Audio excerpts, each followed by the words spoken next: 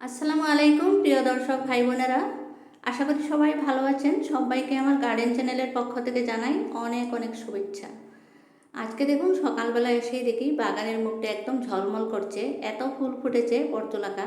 খুব রোদ ছিল 2 দিন। আর আমার ভিডিও যারা সবসময় দেখেন তারা নিশ্চয়ই বুঝতে পেরেছেন আমি 2 দিন থেকে ভিডিও দেই নাই। আজকে বাগানে এসেছি, বাগানের অনেক পরিবর্তন দেখতে পাচ্ছি। লাউর চারাগুলো বড় হয়ে গেছে, এদিকে ঢেঁড়স অনেকগুলো বড় হয়ে গেছে। মাত্র 2 দিন বাগানে না আসলে বাগানের অনেক পরিবর্তন হয়ে যায়। তারপরে দেখুন ঢেঁড়সগুলো বড় হয়ে গেছে, কিছুটা আছে একদম খাওয়ার অযোগ্য হয়ে গেছে। আর এই যে আমার ঢেঁড়স গাছ দেখুন পরে যে লাগিয়েছিলাম, কত সুন্দর গ্রোথ হয়েছে, খুব সুন্দর হেলদি হয়েছে। এগুলো হেলদি হওয়ার কারণ কি জানেন? আমার কিচেন ওয়েস্ট যদি একদম ঠিকঠাকভাবে পারফেক্টভাবে গাছের নিচে দেয়া যায় তাহলে কিন্তু গাছের গ্রোথ খুব বেশি ভালো হয়।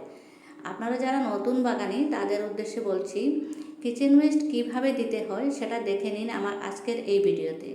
আমি কিচেন ওয়েস্ট দিয়ে কিভাবে বেড তৈরি করি আজকে আপনাদের জন্য একটা বেড তৈরি করে দেখাবো। আর বাকি হচ্ছে এই যে করলা একটা পেকে রয়েছে, বীজের জন্য নিয়ে গেলাম। তারপরে সারা বাগান একবার পরিদর্শন করে নিলাম। চাল কুমড়ো দুটো হারভেস্ট করেছি। আর এখানে আরও একটা আছে, এই যে দেখছি আরও একটা আছে। যাই হোক, কিচেন ওয়েস্ট দিয়ে আর একদম সম্পূর্ণ অর্গানিকভাবে আমি বাগান করে থাকি। আপনারাও যদি অর্গানিকভাবে বাগান করে সবজি খেতে চান তাহলে অতি অবশ্যই আমার চ্যানেলটাকে সাবস্ক্রাইব করে দিয়ে আমার সাথে থাকবেন। এই যে দেখুন এখানে আমি 15x6 একটা গ্রো ব্যাগ নিয়েছি। এই গ্রো ব্যাগটা আজকে আমি রেডি করব। প্রথম স্তরে দিয়েছি এই যে শুকনো ঘাস লতাপাতা, আমারই বাগানের ছিল এগুলো উঠিয়ে শুকিয়ে নিয়েছি, এগুলো দিয়েছি প্রথম স্তরে। গ্রো ব্যাগ রেডি যখন আমি কিচেন ওয়েস্ট দিয়ে করি তখন আমি এইভাবে শুকনো পাতা বা শুকনো লতা পাতাগুলো নিচের দিকে দিয়ে দিই। শুকনো পাতা তো সবসময় পাওয়া যায় না, যে বাগানের ঘাসগুলো শুকিয়ে নেই। এগুলো শুকিয়ে নিয়ে তারপরে প্রথম লেয়ারে এগুলো দিয়ে তার উপরের স্তরে দিয়ে দিচ্ছি আমি কিচেন ওয়েস্ট মানে আমরা যে প্রত্যেক দিন আমাদের রান্নাঘরে যে সবজিগুলো কাটি সেই সবজির খোসা, কলার খোসা, পেঁয়াজ রসুনের খোসা সমস্ত কিছু জমিয়ে রাখি। এগুলো এক জায়গায় জমিয়ে রাখলে পচে গিয়ে যে সার হয় সেটা কিন্তু আমাদের গাছের জন্য অমৃত বলা চলে।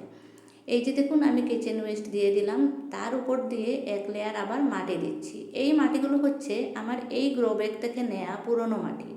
এই গ্রো ব্যাগে আমি ডাঁটার শাক করেছিলাম, ডাঁটার শাকগুলো খাওয়া হয়ে গেছে। তারপরে সেই মাটি তো আর সার নাই, সেই মাটির মানে যত কিছু ছিল শাক বা ডাঁটা তো খেয়ে নিয়েছে। তারপরে আবার নতুন করে মাটি প্রস্তুত করার জন্য আমি এইভাবে করে এই বেডটা রেডি করছি। এই বেডে আমি লাগাবো ধনিয়া। ধনিয়া বা এরকম ছোট ছোট গাছ এরকম ছোট সাইজের গ্রো ব্যাগে করা চলে। একটুকু যাতে কিচেন ওয়েস্টগুলো দেখা না যায় সেইভাবে আমি মাটি দিয়ে পুরোপুরি ঢাকা দিয়ে দিলাম। তারপরে আবার আরেক স্তর দিয়ে দিচ্ছি আবারও সবজির খোসা। এই যে দেখুন, একটা গ্রো ব্যাগ রেডি করতে হলে অনেক কিছু লাগে। অল্প সবজির খোসা দিলে হয় না, কারণ এগুলো পচে গিয়ে নিচে একদম কমে যায়। কমে কমে গেলে তারপরে গাছ তো এত খাদ্য পায় না। তার জন্য আমরা এইভাবে করে অনেক দিন রেখে দিতে হয়, মিনিমাম 1 মাস যদি সময় হাতে থাকে। আর যদি সময় হাতে না থাকে, কোনো গাছ লাগানোর সময় হয়ে যায়, তখন কি করা যায়, এইভাবে করেই উপর দিয়েও গাছ দেয়া চলে। সেই ছোট গাছটা বড় হতে হতে এদিকে কিচেন ওয়েস্টগুলো কম্পোস্টে পরিণত হয়ে যায়। তারপরে দেখুন আবারও আমি সেই পুরনো মাটিগুলো দিয়ে দিচ্ছি। মাটিগুলো এমনভাবে দেব, একদম ঢাকা দিয়ে দেব যাতে একটুকু দেখা না যায়। তারপরে আমি একটা ছায়া জায়গাতে এই গ্রো ব্যাগটা রেখে দেব। এইভাবে ছায়া জায়গাতে রেখে দিলে খুব তাড়াতাড়ি কম্পোস্ট হয়ে যাবে।